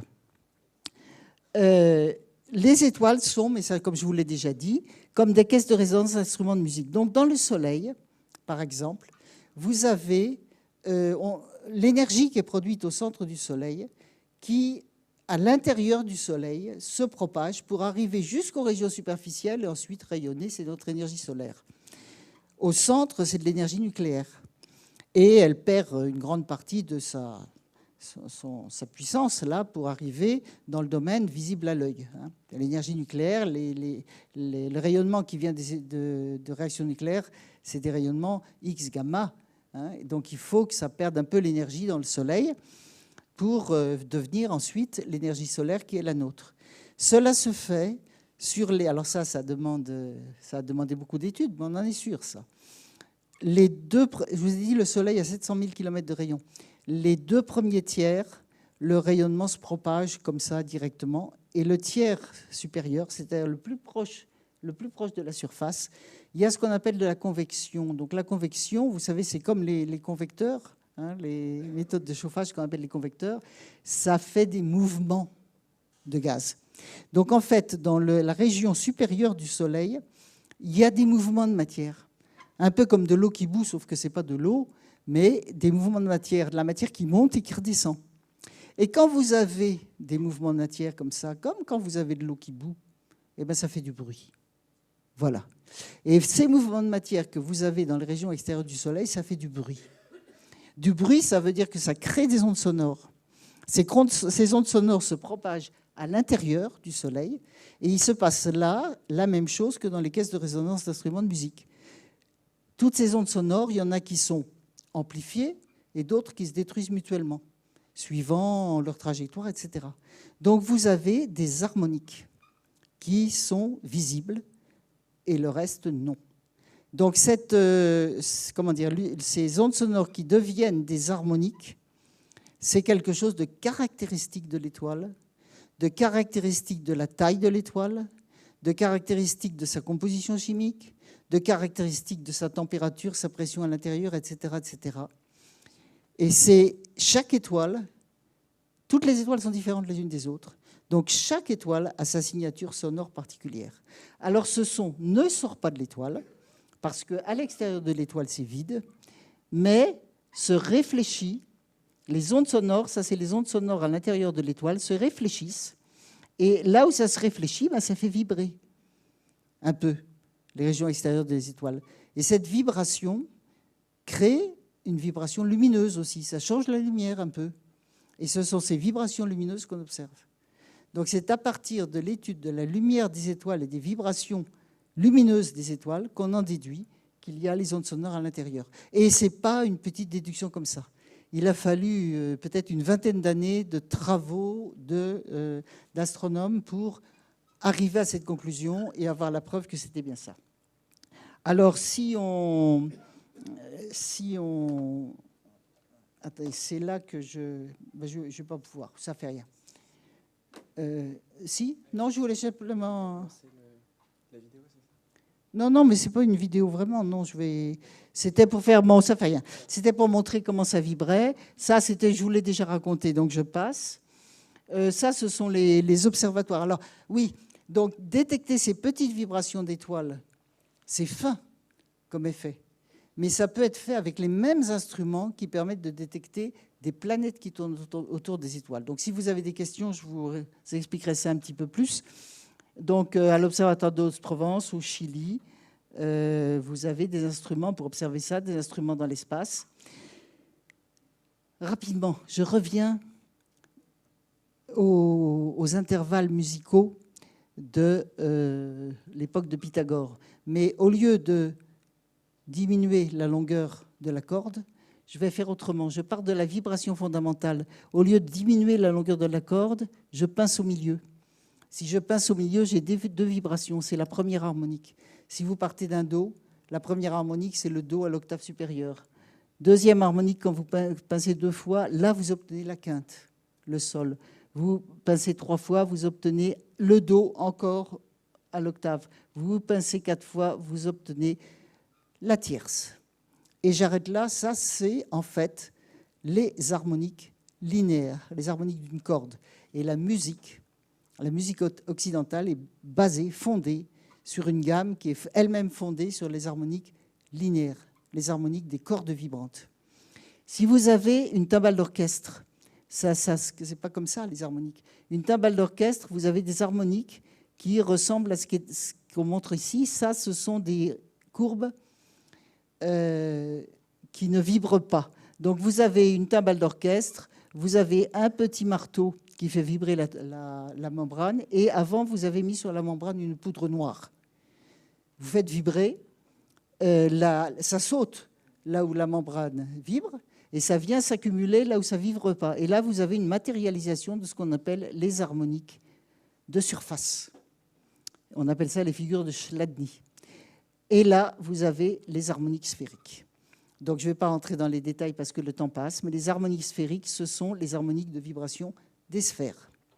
Et les étoiles sont des instruments qui vibrent avec des harmoniques sphériques. Donc, ce n'est pas tout à fait comme la musique. Alors, je sens que le temps passe et que il faut avoir le temps de questions. Mais je vous explique rapidement ce qu'on appelle un spectre acoustique. Un spectre acoustique d'un instrument. Donc là, c'est une flûte qui joue Fa. Une flûte traversière qui joue Fa. Suivant la manière dont vous jouez de la flûte, suivant la manière dont vous positionnez les lèvres pour jouer de la flûte, vous allez toujours avoir un Fa si vous voulez jouer un Fa, mais le timbre sera différent. Le timbre, vous aurez un son un peu plus long, un peu plus rond, un peu plus chaud, un peu plus raide. Et le son vient de, ici, c'est toutes les harmoniques. Donc là, vous avez ici des fréquences de toutes les harmoniques qui sont jouées en même temps et qui donnent le son, qui donnent le timbre du son que vous avez avec cette note Fa. Et là, vous avez un certain type d'harmonique. Et ici, vous avez la même chose, c'est encore un Fa, mais c'est un son un peu différent. Donc, vous voyez que les harmoniques ne sont pas tout à fait les mêmes et l'amplitude n'est pas tout à fait les mêmes. Donc ça, c'est comme exemple une flûte traversière. Là, vous avez les étoiles. Alors, les étoiles, vous avez les harmoniques du soleil, une étoile qui s'appelle Muara, une étoile qui s'appelle Bêta de l'aigle. Ce ne sont pas du tout les mêmes fréquences, ce sont des millihertz, alors que tout à l'heure, on avait des hertz, ou des dizaines de hertz, ou des centaines de hertz. Mais ça vous montre que les étoiles, ben voilà, ont un spectre acoustique. Donc les étoiles vibrent avec chacune, on peut dire une note de musique particulière qui correspond au maximum des vibrations des harmoniques. Donc pour le soleil, c'est intéressant quand on fait la transposition. Pour le soleil, c'est sol dièse. Alors évidemment, approximativement sol dièse, parce qu'on ne tombe pas exactement sur une note du piano, bien sûr. Pour ces autres étoiles, c'est différent. Et vous voyez des signatures différentes d'étoiles. Chaque étoile a une signature différente, un son différent. Voilà, donc j'ai quasiment fini, sauf que je peux faire écouter un petit peu la musique. Alors là, j'explique. Donc j'ai donné à Claude Samuel Lévin, compositeur, un ensemble de 12 étoiles, dont le soleil. Donc là, ce que vous voyez, c'est la constellation, vous voyez la distance, vous voyez, je ne sais, je ne vois pas d'ici bien, mais la fréquence des harmoniques. Alors, il faut savoir que pour le Soleil, il y a des millions d'harmoniques. Parce que les étoiles ont certainement des millions d'harmoniques, mais on en voit quelques dizaines. Pour le Soleil, on voit les millions d'harmoniques parce qu'il est tout près. Mais on a choisi les quelques dizaines d'harmoniques qu'on verrait de loin. Et ça correspond à l'intervalle dans les notes de la gamme actuelle, qui est la nôtre, des étoiles en question. Donc, Claude Samuel Lévin a créé, il a fait plein de choses, mais en particulier une œuvre musicale synthétisée, donc avec des instruments de musique qui sont marqués là. Et donc ça, c'est une sorte de partition, si vous voulez, qui se déroule en même temps que la musique. Et donc, je vais vous faire écouter ça. Donc, il s'agit d'une création musicale. Je vais vous faire écouter. quelques minutes. Il s'agit d'une création musicale avec beaucoup d'instruments de musique synthétisés.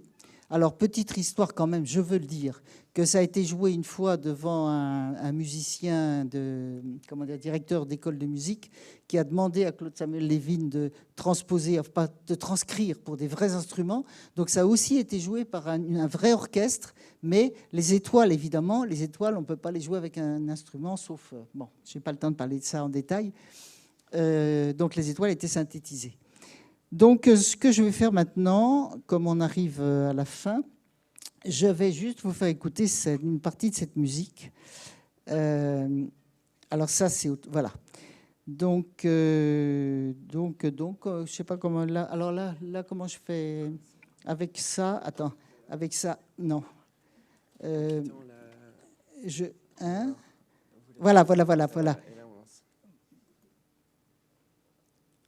Alors, c'est marqué Odile Jacob parce qu'il y a un livre publié chez Odile Jacob et c'est en liaison avec Odile Jacob. Je vous laisse écouter.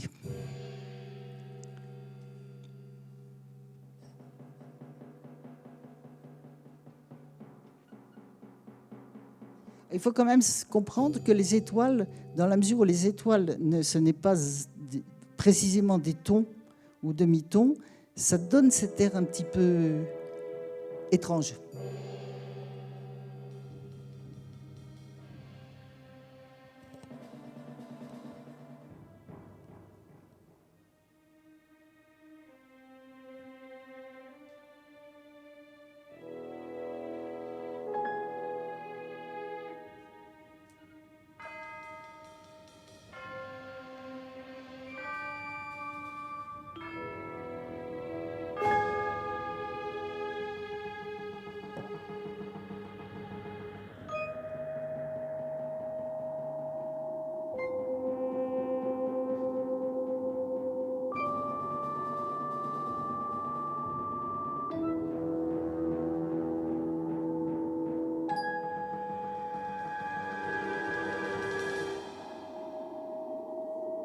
Alors ça, c'est les ondes Martenot. Je n'ai pas trop le temps de vous en parler, mais ça permet de jouer entre les notes aussi.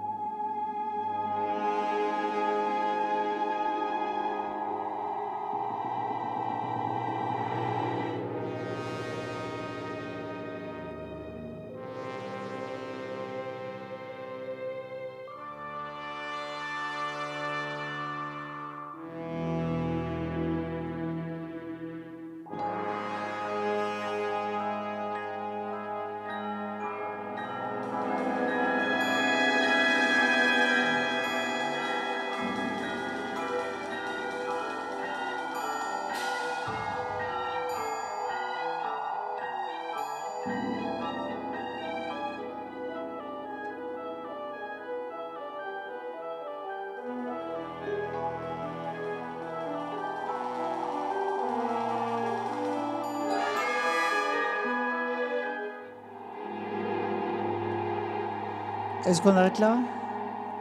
Oui, comme on n'a plus beaucoup de temps. Comment je fais pour arrêter? Ah, ben voilà. Donc ça, c'est quelques ouvrages. Et puis aussi, site web là. Enfin, pas site web, oui. cslevin.com/étoile, vous pouvez écouter la suite. Et puis aussi d'autres jeux musicaux avec les étoiles. Et puis il y a mon site aussi où vous pouvez aller. Voilà. Merci beaucoup. C'était hyper riche et passionnant.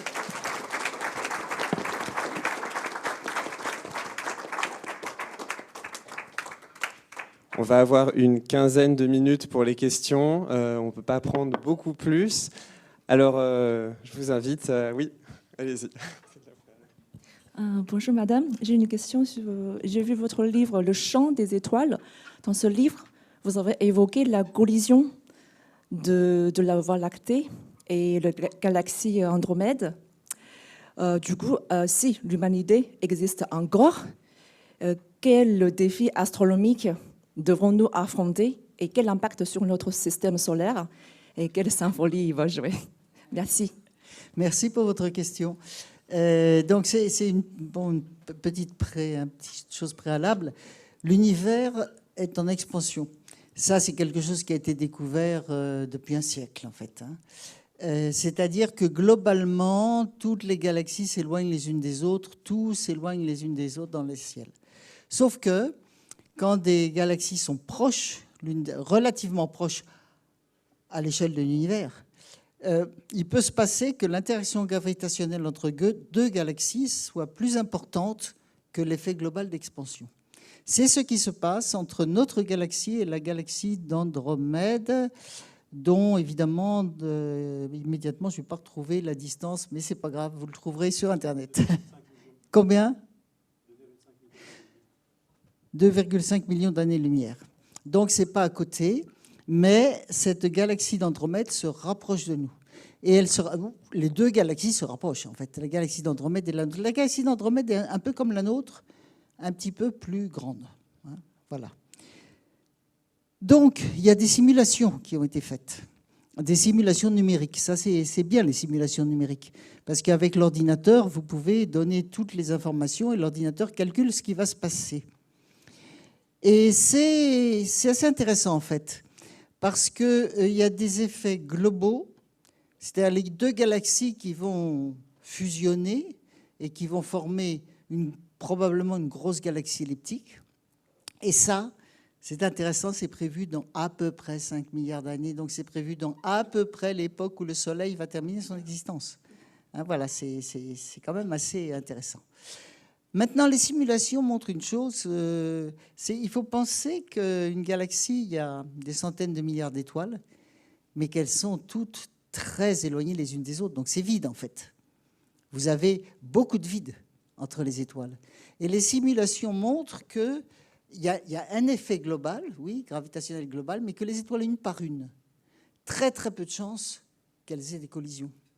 Elles vont passer l'une dans l'autre. Et il est même possible que le système solaire, il sera fini puisque ce sera la fin du Soleil. Mais il est même possible que l'évolution du Soleil à la fin ne soit absolument pas perturbée. C'est bizarre à comprendre, mais voilà, c'est l'effet individuel. La probabilité d'avoir un phénomène important au niveau individuel est faible, alors qu'en réalité, globalement, les galaxies vont interagir. C'est une question d'échelle. Voilà. Mais c'est une très bonne question. Merci. D'autres questions? J'avais vu d'autres mains se lever, il me semble, tout à l'heure. Non, oui. Beaucoup plus prosé. Merci évidemment pour la conférence. Pour un néophyte, c'est du pain béni. Mais quand vous parlez, quand vous nous faites la liste des philosophes à l'époque grecque surtout, et que vous nous dites qu'ils savaient tous, d'après ce que vous disiez, que l'espace, c'était pas du tout ce qui était présenté à, j'allais dire, à tout le monde. Mais c'est qu'ils étaient tous physiciens, enfin, ou astronomes. Écoutez, en même temps que philosophes de formation, où ils connaissaient toutes leurs connaissances de l'époque ou quoi? Quand je dis ça, évidemment, c'est moi qui dis ça. C'est moi qui dis ça, c'est mon interprétation. Maintenant, on ne parle pas de physiciens à l'époque, ils étaient philosophes, mais disons que les gens étaient complètement pluridisciplinaires. Mais ce qu'il faut savoir, c'est qu'ils faisaient des calculs très précis. Par exemple, Aristarque de Samos avait calculé la distance de la Terre au Soleil, la distance de la Lune à la Terre par rapport à la distance du Soleil à la Terre, par exemple. Et en fait, ce que je dis qu'ils devaient savoir, il n'y avait pas besoin d'être physicien. Ce sont des gens qui regardaient le ciel. Ils n'avaient pas de pollution lumineuse comme on a maintenant. Ils vivaient avec le ciel. Ils vivaient avec les planètes. Donc il n'y avait pas non plus besoin d'être physicien ou scientifique ou je ne sais pas quoi pour voir que dans le ciel, vous aviez des étoiles qui reviennent tous les soirs semblables à elles-mêmes avec juste 4 minutes de différence par soir. Ça, c'est le mouvement de la Terre, on ne le savait pas à l'époque. Mais que vous avez des objets célestes qui se déplacent par rapport à ces étoiles, par rapport aux constellations. Donc en fait, c'était répertorié ça. Ils savaient, la planète Mars, on n'a besoin de rien sauf regarder le ciel régulièrement. et regardez le ciel régulièrement, on voit bien que la planète Mars recule pour repartir. Et donc après, il y a eu les théories de Ptolémée un peu plus tard, pas tellement plus tard en fait, je vois. Ptolémée qui avait imaginé que les planètes tournaient autour, dans des cercles, hein, des petits cercles qu'il appelait les épicycles, et les centres du cercle tournaient autour de la Terre d'un mouvement circulaire uniforme. Donc vous voyez jusqu'où ils allaient quand même, tout ça parce que tout au ciel devait être parfait. Il ne devait pas y avoir de taches sur le Soleil, il ne devait pas y avoir de montagnes sur la Lune, il ne devait pas y avoir d'écart au mouvement circulaire uniforme. Donc on inventait un ensemble de mouvements circulaires uniformes pour essayer d'expliquer les observations. Donc vous voyez où ça allait. Et ce que je veux dire, c'est que le problème, si un de ces philosophes ne connaissait pas le problème, c'est qu'il était vraiment obtus. Mais ça, c'est mon avis. Hein. Mais je pense que dans un ensemble de... Et là, je parle des philosophes, je ne parle pas d'autres gens. Mais ces gens qui ont écrit ou qui donnaient des leçons, comme Pythagore, par exemple. Hein. Pythagore, on sait bien à quel point Pythagore a fait de travaux, enfin peut-être pas Pythagore, puisqu'on ne sait même pas s'il y a eu un Pythagore en fait, hein, monsieur. Il y a les pythagoriciens, on fait des travaux que les enfants apprennent encore à l'école aujourd'hui. Hein. Donc ils faisaient vraiment des calculs mathématiques, ils faisaient des observations. Je ne peux pas personnellement imaginer qu'ils n'avaient pas remarqué que la planète Mars ne tournait pas d'une manière uniforme autour de la Terre. C'est ça que je voulais dire. Oui, à votre avis, ils étaient tous, ou la plupart, pluridisciplinaires. Absolument. Vous dites à la fois mathématiciens, philosophes. Absolument, Okay. Absolument. Non. Et en fait, ce que je pense, c'est que il y a d'autres choses à propos de Platon. Si vous allez voir, moi je suis pas philosophe, mais j'ai regardé ça. Quand vous allez voir la République de Platon, il parle des astronomes et des musiciens. C'est très intéressant. Parce qu'il dit aux musiciens, il y a un extrait que je montre quelquefois que je n'ai pas là. Je ne sais pas, je crois qu'il parle à quelqu'un, Nicodème ou quelqu'un comme ça, je ne sais pas. Enfin, son livre est supposé être un dialogue. Et il lui dit, tu parles, parce que l'autre lui a parlé de musiciens, il lui dit, tu parles de ces, je ne sais pas comment il appelle ça, il n'appelle pas ça musicien, mais de ces gens qui triturent des cordes avec leurs archets, etc., etc. Ces gens-là ne m'intéressent pas. Parce qu'ils font comme les astronomes. Hein, c'est écrit comme ça. Bon, évidemment, c'est traduit en français, ça. Ils font comme les astronomes. Ils s'intéressent qu'à, aux choses pratiques. Ils ne s'intéressent pas aux grandes idées. Donc, les grandes idées, ce sont les intervalles musicaux, les accords musicaux, etc. Et pour les astronomes, les grandes idées, c'est l'harmonie et les sphères. Donc en fait, c'est vraiment l'idée. Bon, c'est moi qui dis ça, mais je dis ça quand même, je m'appuie sur des textes quand même. C'est vraiment l'idée que l'être humain est au-dessus de tout. C'est l'esprit humain qui est important. Et si on voit des choses qui ne correspondent pas à ce que l'esprit humain souhaite, c'est que ces choses, ou bien n'existent pas, ou bien nos sens nous trompent. Hein, mais l'important, c'est l'esprit humain. Bon, c'est mon interprétation, encore une fois.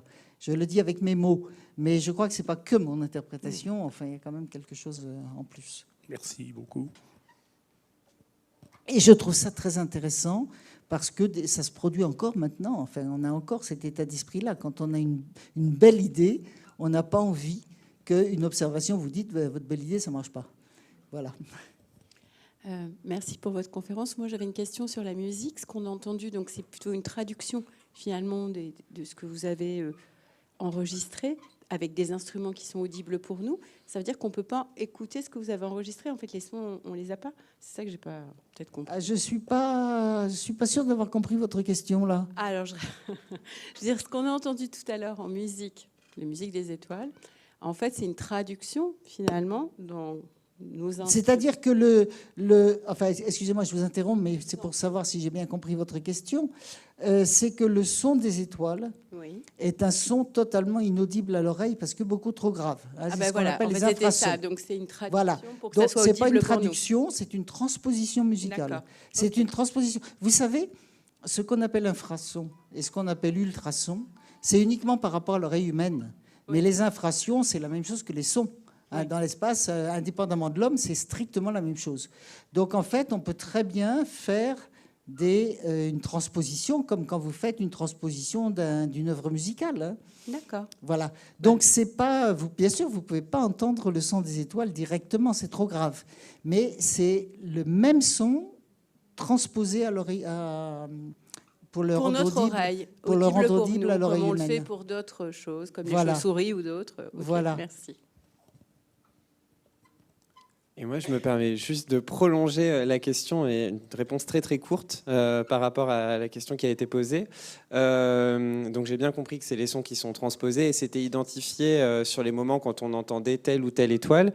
Par contre, vous avez fait un choix, évidemment, de composition, de mettre les notes comme ceci, d'espace, etc. Qu'est-ce qui vous a fait choisir de cette musique-là plus qu'une autre ambiance, etc. Ah non, mais ça, c'est la créativité musicale.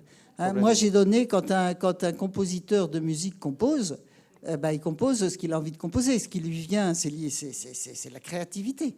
Donc, en fait, le compositeur avait à sa disposition 12 étoiles dont il pouvait jouer. Mais des étoiles, c'est en fait un son particulier. Enfin, il pouvait jouer entre les harmoniques. Il a fait des trucs aussi comme ça. Hein, mais il pouvait faire tout ce qu'il voulait au niveau créativité à partir de ces 12 étoiles et en introduisant d'autres types d'instruments. Donc, c'est pas moi qui ai choisi une ambiance. L'ambiance sort de la créativité du compositeur. D'accord. Oui. Bonsoir, merci pour la conférence. Toujours dans le prolongement de la question de Madame, en fait, les sons, de toute façon, vous n'avez pas pu directement les enregistrer. C'est ce que vous disiez au départ, que de toute façon, on ne les entend pas. C'est en fait, vous avez observé les variations. Si, si vous voulez, moi je donne l'exemple souvent. Excusez-moi de vous interrompre, mais je crois que j'ai compris ce que vous vouliez dire. Je donne souvent l'exemple de quelqu'un de sourd, complètement sourd, qui voudrait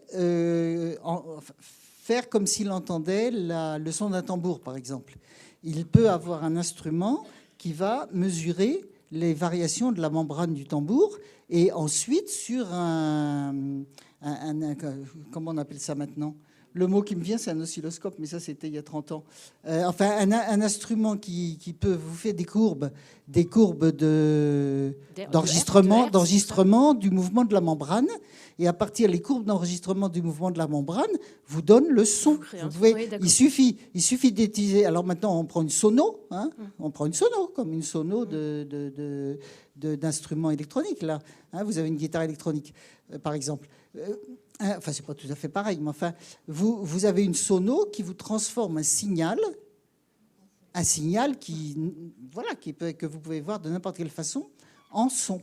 Mais ce que vous Eh bien, c'est la même chose. On a des enregistrements, des vibrations lumineuses des étoiles. Oui, c'est ça. Alors ce que ça, je veux dire, la c'est technique. visuel. En fait, ce que vous avez enregistré, en réalité, c'est une image et que ensuite vous. C'est pas une image. C'est pas une image. C'est une C'est image une courbe. de courbe. Non, Oui, c'est une courbe. C'est des courbes. Oui, donc une courbe pour moi c'est une image, c'est ça que je veux dire. Ah bon, Oui. d'accord. Pour moi, Enfin, une image, excuse-moi, c'est une. Bon.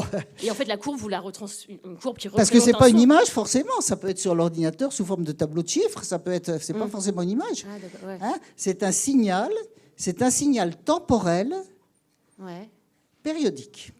Alors périodique avec une période assez compliquée parce qu'avec un ensemble d'harmoniques différentes, c'est exactement comme en musique, on fait pareil. Ouais, Hein. ouais. Un son est un ensemble d'harmoniques différentes, c'est-à-dire des signaux sinusoïdaux qui, mis ensemble, donnent un signal périodique qui n'est pas sinusoïdal et qui est, je ne sais pas si sinusoïdal vous dit quelque chose, mais disons, bon...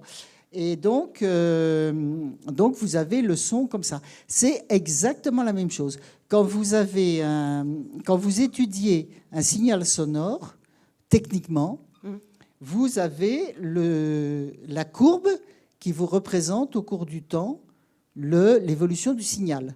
Donc, si c'est un signal sonore, il est transformé en signal électromagnétique pour être sur votre ordinateur. Et bien là, nous avons les observations des signaux périodiques que nous recevons par la lumière, que nous donnons à l'ordinateur, et c'est exactement la même chose. Ensuite, si nous voulons le faire entendre, nous le transformons en onde Oui, sonore. voilà, c'était ça en fait quand je disais, quand vous disiez que le son ne se propage pas dans l'espace, c'est bien que vous avez observé les variations de la lumière. C'est pour ça que je parlais d'image, parce que c'est observé que vous avez transformé en courbe. Et cette courbe, vous l'avez ensuite retransformée en son. C'est ça que je voulais dire. Mais... Écoutez, pensez au téléphone portable. Hein. Quand vous écoutez quelqu'un au téléphone portable, vous n'avez pas le son qui vient de l'autre téléphone portable. Oui. Hein. Vous avez le son du téléphone portable qui est transformé en ondes électromagnétiques qui se propagent dans l'air et qui arrivent à votre téléphone à vous et qui est retransformé en son. D'accord. C'est la même chose, sauf qu'au départ, on n'a pas un son transformé en onde électromagnétique, on a directement une onde électromagnétique sous forme de lumière. En fait, c'était ça, c'était ça ma question. Je voulais être sûre d'avoir bien compris ça, parce qu'à un moment, dans la question de la jeune femme, c'était, vous avez enregistré le son. Et pour moi, vous avez d'abord enregistré directement l'onde électromagnétique. Enfin, ça revient à ça. Oui, voilà. D'accord, oui, ça, mais vous avez bien fait, parce que c'est bien de... Mais peut-être pour moi, c'est... oui, pour moi, un son, c'est quelque chose qu'on entend, alors que l'onde électromagnétique... Elle est transformée pour qu'on l'entende. Voilà, et je suis désolée, j'avais une autre question. Et là, c'était par rapport aux couleurs. Si elle est rapide, En fait, c'est juste, c'est une question que je me pose toujours sur les images que vous nous avez montrées, par exemple des télescopes, par exemple la nébuleuse d'Orion. À un moment, c'était marqué en infrarouge. Oui. En fait, donc c'est des fausses couleurs. C'est des fausses couleurs. Ouais, mais des fausses couleurs, c'est pas n'importe quoi. C'est-à-dire que vous avez toutes les fréquences infrarouges auxquelles une couleur est attribuée pour avoir le même sorte de dégradé et tout ça dans le domaine visible que ce qu'on détecte dans l'infrarouge. C'est une technique quand même, hein, mais c'est une technique qui... C'est pas n'importe quoi. C'est pas n'importe quelle couleur mienne. Sinon, quand vous avez des images dans le domaine visible, souvent ce sont les vraies couleurs qui peuvent être quelquefois un peu développées, exacerbées, enfin rendues plus intenses, mais quand vous avez fait des observations dans le domaine visible, en général, c'est les vraies couleurs.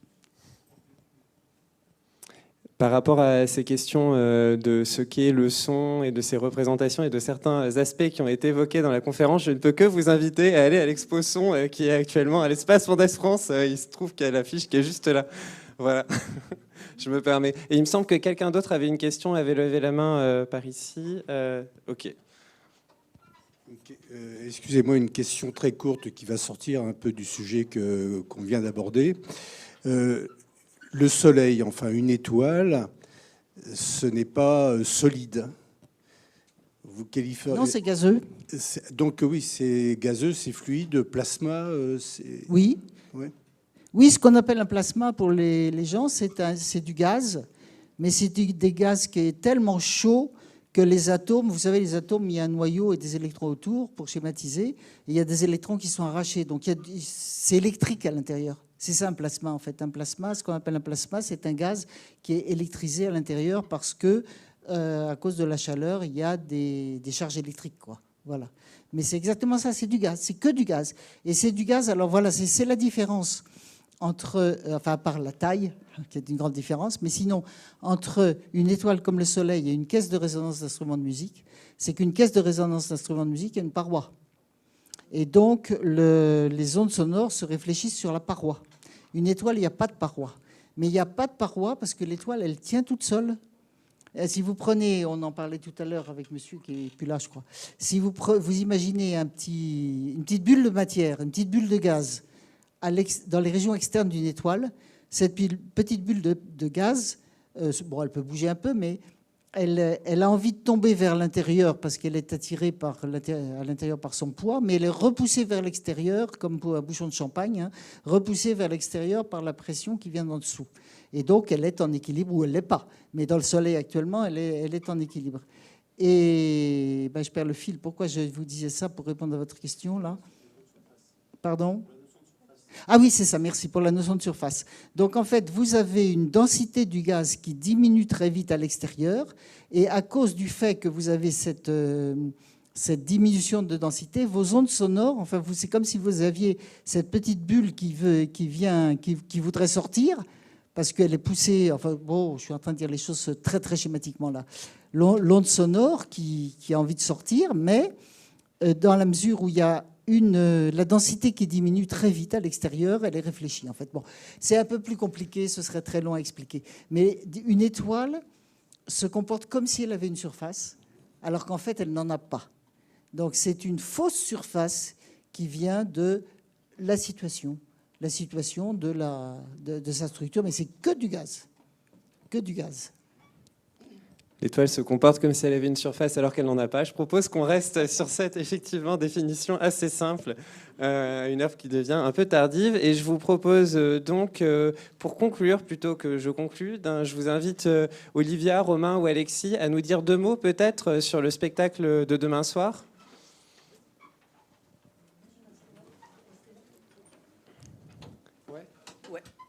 Bonsoir. Déjà, on est très content d'être là. On remercie l'Espace Mendès France et le lieu multiple. Et merci Sylvie Vauclair d'être là ce soir.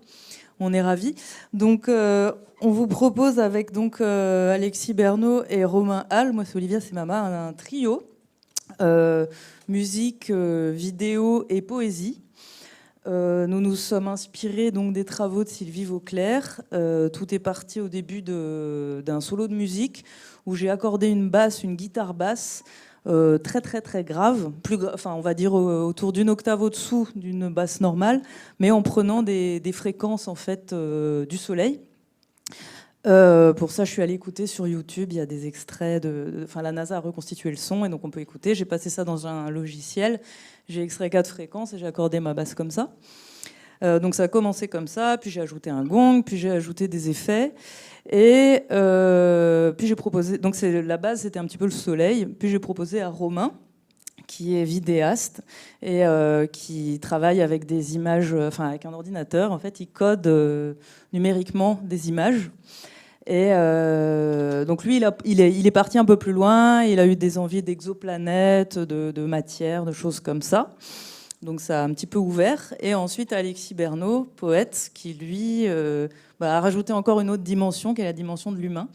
Donc on s'est dit que ça collait assez bien avec ce que vous avez raconté ce soir. Et donc on espère vous voir demain.